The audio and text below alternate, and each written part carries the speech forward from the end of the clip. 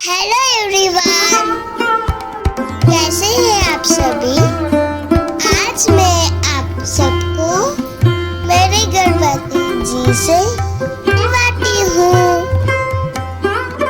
हमने बड़े धूमधाम से गणपति जी का स्वागत किया। मुझे गणेशा बहुत अच्छे लगते हैं क्योंकि वो बहुत क्यूट है। कैसे हैं आप सभी। गणपति जी के आने से सबके मन में उत्साह देखने को मिल रहा है। हमारे रिचुअल्स इतने अच्छे हैं कि हर समय हमें एनर्जेटिक रहने को सिखाते हैं। मस्ती से भरे हुए ये सारे त्योहार हमेशा यादगार रहते हैं। हर साल हम दोबारा से उन्हीं त्योहारों को सेलिब्रेट करते हैं, पर हर बार सेलिब्रेशन लगता है फिर से नए रूप से, नए तरीके से हमारे सामने आ गया है। बच्चों को ये सारे सेलिब्रेशन जीवन भर याद रहते हैं, इसलिए कोशिश करिए जब भी आप पूजा पाठ करते हैं घर में, उनको जरूर से इन्वॉल्व करिए छोटे छोटे कार्यों में। उनकी इन्वॉल्वेंस हमेशा यादगार रहेगी आपके लिए भी, और उनके जीवन भर के लिए एक पूंजी बनती चली जाएगी। सनातन धर्म में ईश्वर के बहुत सारे रूप हैं और हर एक रूप की महत्वता है। जो सारे सेलिब्रेशन कुछ राज्यों तक सीमित हुआ करते थे, सोशल मीडिया के वजह से आज सभी राज्यों में ये फल फूल रहे हैं और ये अच्छा संकेत है। इस तरह के सेलिब्रेशन में बच्चे काफी उत्साहित होते हैं छोटे छोटे कार्यों को निभाने में। पूजा पाठ की जितने भी संस्कार है वो माँ बाप से ही हमें ट्रांसफर होता है, और ये बात आप समझ ही गए होंगे कि हमेशा किसी आध्यात्मिक स्वरूप को स्वीकार करना अच्छा ही रहा है।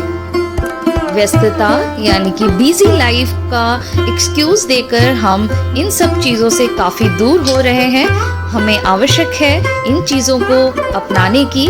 जिस तरह से समय की परिवर्तन और समय चक्र बदलता जा रहा है, ऐसे अवसर पर हमें ईश्वर के साथ जुड़े रहना बहुत ही आवश्यक है। आध्यात्मिक जीवन और सांसारिक जीवन को अगर आप तालमेल और बैलेंस के साथ नहीं निभा रहे तो निश्चित तौर से आपको इस चीज की खामियाजा समझ आने लगेगी। गणपति जी के आने के अवसर पर इस बार डेकोरेशन मैंने बहुत कम समय में इसे रेडी किया। कई बार कई कार्य कैसे घटित होते चले जाते हैं हमें पता ही नहीं चलता। जब कोई कार्य होना होता है तो उसके लिए आपको कोई एफर्ट करने की आवश्यकता ही नहीं होती। इस बार गणपति जी को मैंने सोचा था कि कुछ अवश्य अच्छा ही करूंगी, और निश्चित तौर पर ये धीरे धीरे अच्छे की तरफ बढ़ ही गया। आपने कभी गौर किया होगा कि जब भी हम पंच तत्व से करीब होते हैं तो हमारी एक अलग ही ऊर्जा कार्य करने लगती है, चाहे वो अग्नि हो चाहे वो जल हो। इससे इसका सीधा तात्पर्य है कि हम भी कहीं न कहीं इन तत्वों से ही बने हुए हैं। पूजा की हर एक विधि आपकी आत्मा को उत्साहित करती है, पर जब आप दीप प्रज्वलित करते हैं तो आपकी ऊर्जा एक चरमोत्कर्ष स्थिति में पहुंच जाती है।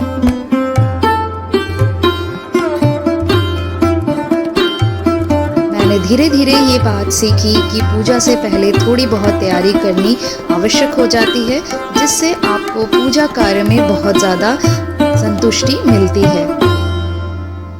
वैसे भी गणपति जी को विघ्न विनाशक कहा जाता है। सभी सुखों को प्रदान करने वाले देवता के रूप में उन्हें देखा जाता है। पूरी सृष्टि अलग अलग ऊर्जाओं से भरी पड़ी है। इन ऊर्जाओं को अगर हम सही रूप से नियंत्रित न करें तो कहीं ना कहीं विघटन होना ही है। इसलिए कहा जाता है गणपति जी इन सारी सृष्टि में मौजूद सभी ऊर्जाओं को एक साथ लेकर चलते हैं। वैसे अगर देखा जाए तो गणपति जी को निराकारी माना गया है और उनको चेतना का प्रतीक भी माना गया है, पर हम उनकी आराधना एक स्वरूप को देखकर करते हैं। इसमें निश्चित रूप से यह तथ्य छुपा होगा कि अगर मनुष्य के सामने कोई भी आकार न हो तो पूजा अर्चना करना थोड़ा सा मुश्किल हो जाता है। किसी भी इष्ट के प्रति अपने भाव को व्यक्त करना मुश्किल हो जाता है। इसलिए मनुष्य ने एक स्वरूप दिया होगा गणपति जी के लिए। हाथी के स्वरूप से दिखने वाले हमारे गजानन, उनके इस स्वरूप का भी एक रहस्य है। कहा जाता है कि हाथी ज्ञान और कर्म के प्रतीक होते हैं और उनकी बुद्धि बहुत बड़ी और सहज होती है, और हाथी के सामने कुछ भी अगर आ जाए तो उन अवरोधों से बचकर वो निकल जाते हैं, कहीं भी वो रुकते नहीं हैं। इसलिए वो विघ्नहर्ता के रूप में देखे जाते हैं। गणेश जी की सवारी के रूप में जाने वाले मूषक, उनकी भी बड़ी रोचक कहानी है। मूषक देखने में बहुत छोटा होता है, पर उसके कार्यों से हमें उस पर गौर करना चाहिए।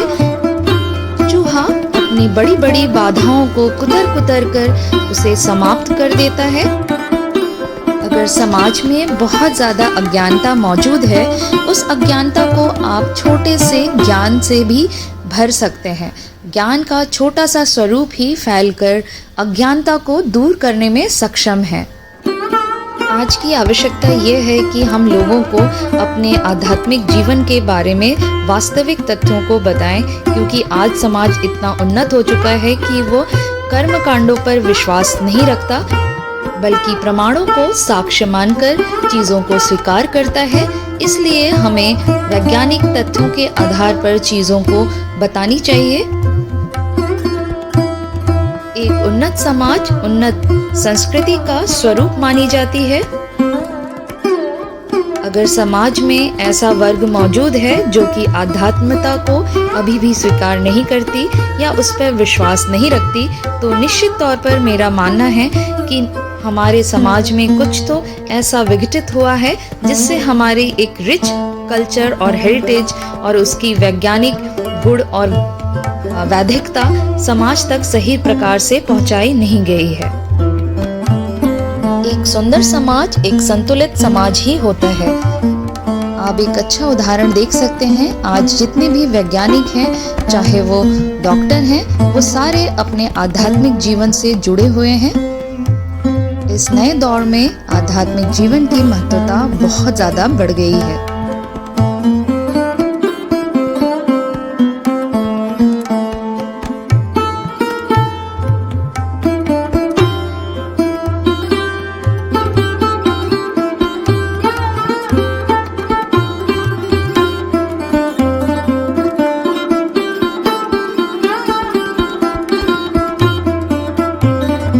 किसी प्रकार की पूजा अर्चना मैं करती हूँ, सबसे ज़्यादा मज़ेदार प्रक्रिया जो होती है वो स्नान प्रक्रिया और इसके बाद साज की प्रक्रिया।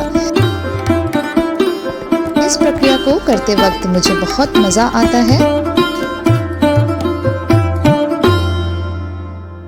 पूजा से पहले इन छोटी छोटी खरीदारी में अपना योगदान देना, ये अपने आप में बहुत मज़ेदार चीज़ होती है। अगर आप दुनिया में किसी भी चीज़ के करीब होना चाहते हैं तो उन्हें महसूस करने के लिए सबसे पहले आपको झुकना पड़ेगा और उन चीज़ों को स्वीकार करना पड़ेगा जिसे आप देख नहीं पाते, जिसे आप सिर्फ महसूस कर पाते हैं। इसका अर्थ ये है कि महसूस करने से आपको बहुत सारी चीज़ें अनुभूति होती हैं। उस अनुभूति का प्रमाण आप दे नहीं सकते, पर उसका एहसास आपके मन में जीवन पर्यंत रहता है। ठीक इसी प्रकार से पूरा विश्व ईश्वर की एग्जिस्टेंस को मानता है और उसे स्वीकार करता है। किसी भी शुभ कार्य के प्रतिरूप के रूप में गणपति जी को हम स्वीकार करते हैं। शुभ शब्द को इतनी ज़्यादा महत्वता दी गई है हमारे धर्म में कि आप देखें तो दिवाली पर भी हम अपने एंट्रेंस पर शुभ और लाभ लिखते हैं। सकारात्मकता की ऊर्जा से ही हम शुभ कार्य का शुरुआत कर सकते हैं। इस गणेश चतुर्थी में आप सभी के जीवन में बहुत सारे शुभ कार्यों की शुरुआत हो, ऐसी मैं कामना करती हूँ। आपको वीडियो कैसे लगा हमें जरूर बताइएगा। गणपति बप्पा मोरया, मंगल मूर्ति मोरया, गणपति बप्पा मोरया।